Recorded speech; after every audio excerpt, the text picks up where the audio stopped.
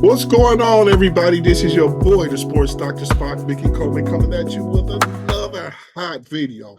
Now, listen, we are just past the halfway point of the NBA season, and we're coming in to the mid-winter classic, as I call the NBA All-Star Weekend, coming up just over 2 weeks from now. So I want to listen to Stephen A. Smith give us his top teams so far in the NBA season. So without any further wait, we're going to go right into it.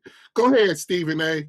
Wait until after the Super Bowl, damn it, to attack the subject. What I want to attack today is my top 5 NBA teams, the power rankings as of right now. Keep in mind, the list is fluid. The list is fluid. Remember that, okay? These are my top 5, okay? I'm not thinking about right now. I'm telling you who my top 5 teams are in the NBA, and that's how it's going to be at the end of the season. Let's go to number 5 on the list, please. Give it to me right here, please. Bam! The Houston Rockets. Let me tell you something right now. I don't know if you know this or not, but that damn Kevin Durant, what is he, 37? What, 36, 37? Do you know the brothers played 42 or 44 games? Do you know he's averaging over 26 a game? Do you know he's only one of only 2 players in the entire NBA shooting 50% from the field, 40% from three-point range? Okay, did you know? That brother, a number 1 option in H-Town with Shagun and the crew, assuming he stays there. The Houston Rockets are going to be one of the top 5 teams in the NBA. They are right now. I don't give a damn what anybody else says right now. They got to get their three-point shooting together. They got a little slump. Don't even worry about it. They top 5 in the NBA. Not to mention that they have Shagun and Min Thompson, who's a very good two-way player, good defender, not a bad passer, one of the more athletic wings in the league. They also have Big Smith. They start 3 7-footers for their front line. So they're nice and long, good defensively. Houston is going to be a tough out for somebody in the playoffs, especially with KD, who everybody knows what KD is. He's one of the greatest players ever. Even at this age right now, this dude offensively can do everything. Take you off the dribble, hit up, put up midi, splash, spot up, hit a 3, splash, go all the way to the rim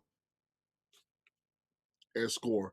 And another thing people don't give him credit for is that he's not a bad defender for somebody that scores like that. When he really wants to play defense, KD is tough.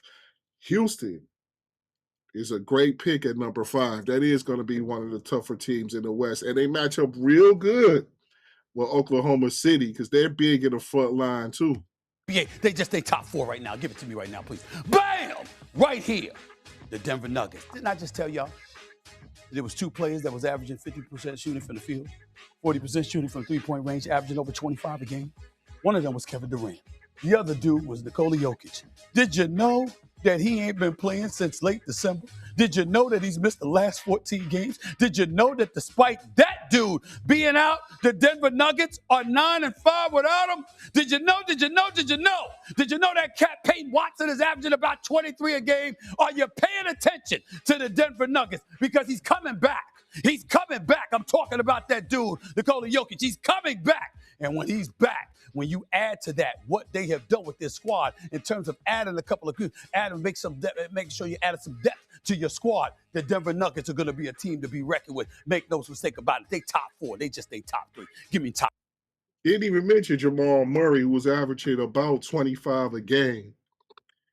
And, even though Big Nicole is sitting out, Jonas Valanciunas is playing real nice. A very solid veteran NBA big that they got playing right there beside him.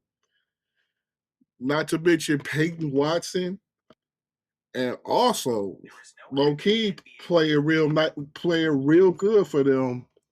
Bruce Brown, who's a nice two-way player who won a championship with them when they won the championship 2 or 3 years ago. And there's one more guy. They added a veteran shooter, Tim Hardaway Jr. Nice. They got nice pieces over there at Denver. And they also match up pretty well when they're healthy and you put them shooters around Jokic. They still match up pretty well against the defending champs, Oklahoma City Thunder. Not as well as Houston to me, but I believe they match up pretty well. I mean, top three right now. Bam! The San Antonio Spurs. Now, I understand that they haven't looked that great as of late, but they got that 7'5" dude named Victor Wembanyama, and you see Castle, and you see Harper, and he's developing, and you see De'Aaron Fox. This is going to be a problem for teams in the West as the playoffs approach. Make no mistake about it, the San Antonio Spurs are going to make some noise, and they're going to have a say in supremacy within the Western Conference before all is said and done. Make no mistake about it. Keep your eyes on them. They just ain't top two. Give me number two. Low key, if they added one more piece, this will be basically an unstoppable team. Very good defensively with Wembanyama. Castle, very good. De'Aaron Fox, who could get you 30 at any time. That's a pretty tough team they got out there for you guys out in the West. Now, these are three Western Conference teams that Stephen A has named so far. Let's see if he's going to get into any of the teams on the East. Two on the list, please. Right here. The Detroit Pistons, the best team in the Eastern Conference. My boy. I said before the season that, damn it, my Knicks were going to the finals. I said my New York Knicks was going to the finals. And it didn't take me long from saying, oh, damn, I'm a bit worried because the Detroit Pistons, with that brother Cade Cunningham and the rest of the crew, they're coming. With Durant and Stewart in the lineup on your front line together, they're very formidable. With Cade Cunningham doing what he does, they're very formidable. B.J. Bickerstaff, I'm worried about this. This is what has me worried about the Knicks. That man is here. And he's been here the last couple of off seasons. First when he was coaching in Cleveland, and last year in his first year in Detroit. And you know what he said? It ain't just about wanting to win. They want the Knicks. They want the Knicks. Now, the Knicks are falling off. Even Toronto has eclipsed them. And the Boston Celtics, led by Jaylen Brown, oh, my Lord, I got to watch out for them. But in the end, I still believe in my Knicks, but against everybody. But them! I'm very worried because the Detroit Pistons have all the tools, shooting, athleticism, size, etc. I'm very, very worried. The Detroit Pistons are not coming. They are here. And everybody better pay attention because they could easily win the East. They're the number one seed. They just ain't the number one team. Give it to me right now. The Detroit Pistons, people around here actually want the Pistons to have one more player. But they do have enough, I believe, to come out the East. But see, teams fear that they only really have one score, but they win games without Cade. Cade's been hurt a few games, and the Pistons have won. Duran's been out a couple games. The Pistons have won. Stewart's been out. The Pistons have won. I actually think they need another shooter in their starting lineup. They need somebody to help open up the floor for Cade just a little bit. But as far as that two-man game, we're hearing him and Duran, incredible. And Duran has opened up his game up a little bit. They also have Ausar Thompson, just like his brother. Not quite as good yet, but just like his brother. Tough defender. They have tough defenders coming off the bench, and they have a veteran like Tobias Harris to kind of bring it together. But I believe the Pistons might need to make one more move because who knows what we may get out of Jaden Ivey. If Jaden Ivey can return to be like he was last year before he hurt himself, the Pistons is going to be tough, and they will come out of the East. I'm a little bit worried about actually Boston with Jaylen Brown, and if Jason Tatum can return, Boston might be that team too. But let's see who Stephen A thinks is the number one team in the league right now. Me right here. The defending NBA champions It's the Oklahoma City Thunder. I don't want to hear about, oh my God, they started out 24-1 and they've been an average team ever since. Get the hell over it. They got Shea Butter. You ever heard of that, brother? That would mean Shea Gilgeous Alexander. Shay's the best player in Averaging the league. 32 a game, second only to Luka Doncic. Remember, Jalen Williams that missed a portion of games earlier on in the season. Missed a few games, or got like 15, 16 games, maybe a little bit more. But in the end, the crew is still intact.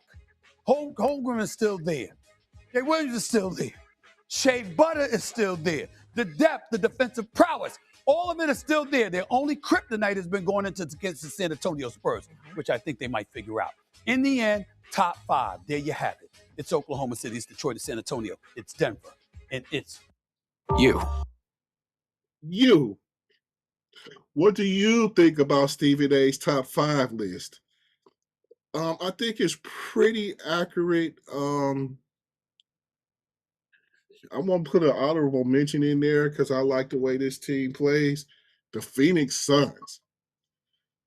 Y'all got to watch out for them Phoenix Suns. Boy, I tell you, because Jalen Green ain't played yet, and Devin Booker has missed some time, and they still figure out a way to win. Dylan Brooks, Grayson Allen.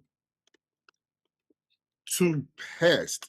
This team ain't all the way healthy, and they're starting to play a little bit better.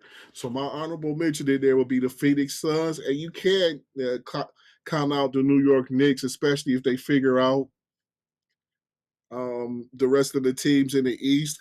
Like Stephen A says, the only team he's scared of is Detroit. But if Tatum comes back, you need to be afraid of Boston.